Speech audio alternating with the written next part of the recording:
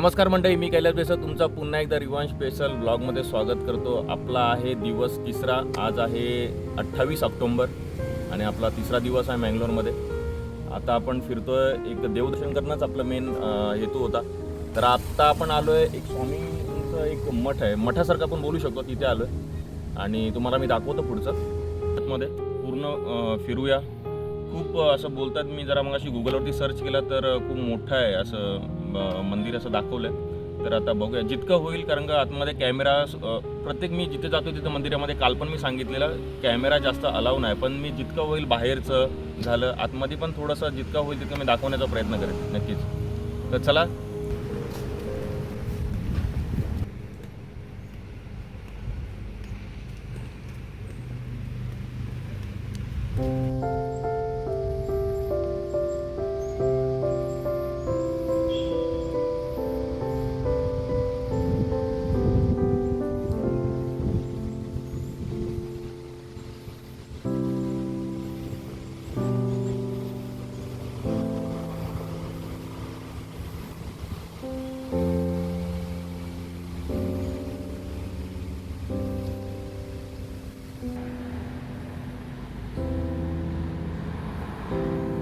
जाता जाता अजून एक विंटेज कार आपल्याला भेटले, गॅरेजमध्ये आहे.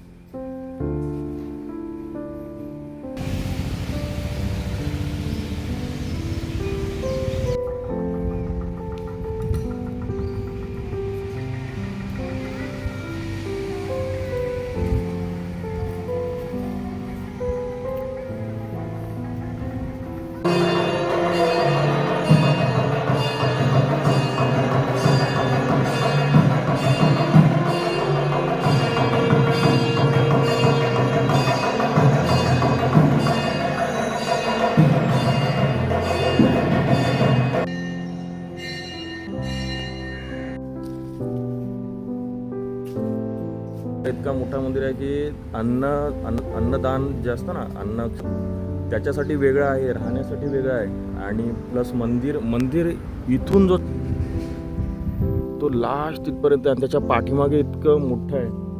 तुम्हाला एक पावलावरती मंदिर आहेत आणि मंदिरं अशी आहेत की जे पूर्ण मेंटेन, पूर्ण पुजाऱ्यांपासून सगळ्यापासून स्वच्छ, नीट आणि क्लीन आहेत एकदम. ते ना मला एक फूल भेटलं आहे.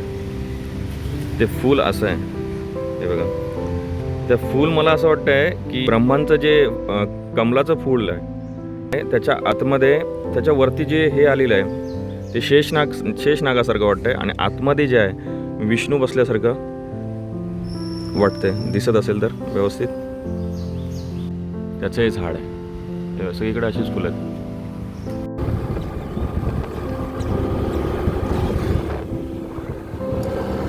आता आपण निघालोय बेलमनला. बेलमन या ठिकाणी इकडे ते मंदिर आहे. इथून मॅपवरती आम्ही चाललोय. मॅप दाखवतोय 24 मिनिटाचा रस्ता दाखवतोय, 15 किलोमीटर आहे. तर आपण डायरेक्ट तिकडेच जाऊन भेटूया.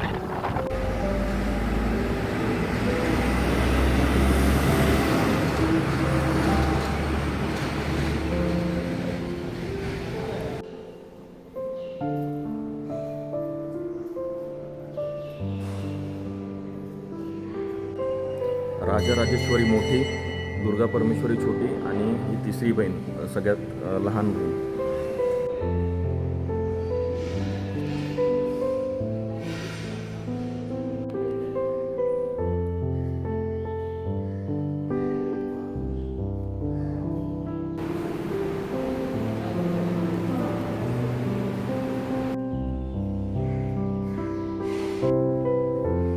इकडची मंदिरं बापरे, खूपच मोठी मोठी मंदिर आहेत.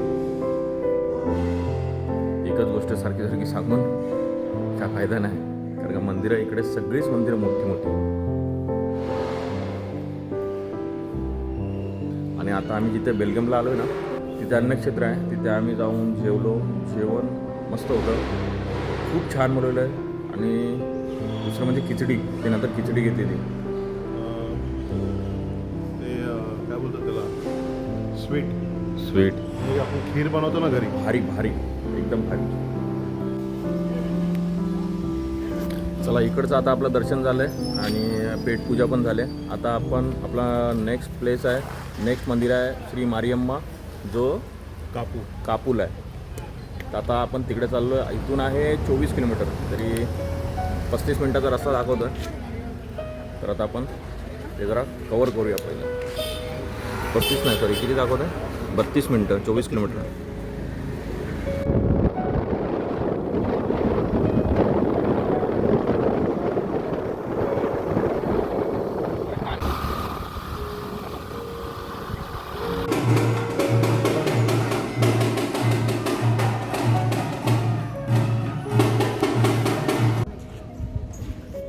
मारियम्मा आईचं हे जुनं टेम्पल आहे. आता शेट्टी बोलतो आपण नवीन टेम्पलकडे जाऊया. नवीन टेम्पल आता बांधलेलं आहे, तर त्याचा स्ट्रक्चर थोडा वेगळा आहे. म्हणजे कुलदैवत मग म्हणजे हे इकडे कसं माहिती आहे का, लोकांनी मानलेलं देवी आहे हां. ही पहिलेपासून होती. हां आणि हे जुनं मंदिर आहे. हां म्हणजे सगळं म्हणजे आता जे नवीन मंदिर बांधलंय ना ते हां. शेट्टी कम्युनिटीने म्हणजे मिळून बांधलं. मिळून बांधले.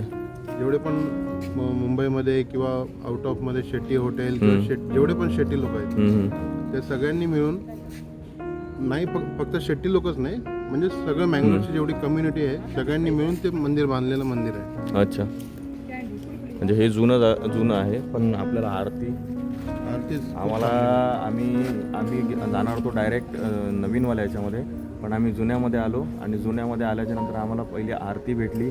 आरती भेटल्याच्या नंतर मला तर मेन म्हणजे ते घंटा वाजवायला भेटलं पूर्ण आरतीभर. काय दर्शन भेटलं, पण एक नंबर, पूर्ण फेस टू फेस दर्शन भेटलं आम्हाला मारियम्माचं. ठीक आहे, चला आता आपण जाऊया नवीनकडे, ते पण बघून येऊ कसं बांधलं त्यांनी. मरियम्मा टेम्पलच्या बाहेर आहे कोरा गज्जा. पुन्हा एकदा इथे एक मंदिर आहे, तर जाताना आम्ही त्या मंदिराचं पण दर्शन करून चाललो.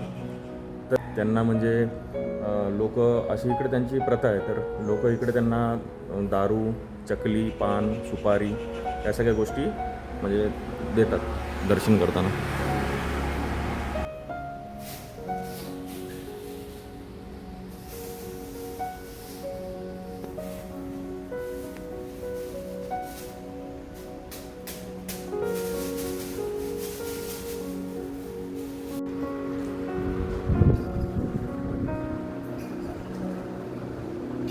मी मगाशी सांगितलं आम्ही जुन्या मंदिरामध्ये गेलो मारियम्माच्या, आणि आता जे शेट्टी लोकांनी जे नवीन मंदिर बांधलं आहे ते हे मंदिर आहे. तिकडे पण आलो आम्ही, पोचलो पटकन.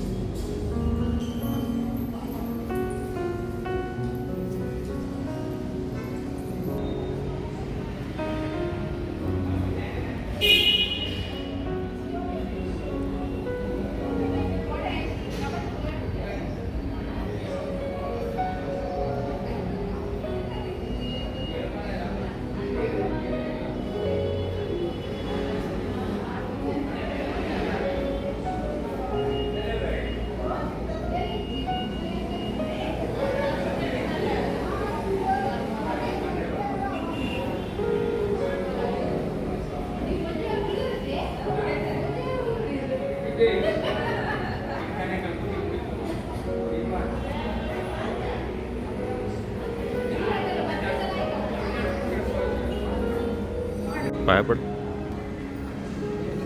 आता आपलं शेवटचं लक्ष्मी मंदिर हे आपलं आता शेवटचं मंदिर असणार आहे. सकाळपासून पूर्ण मंदिर आम्ही कव्हर केली. आणि हे आहे श्री महालक्ष्मी मंदिर.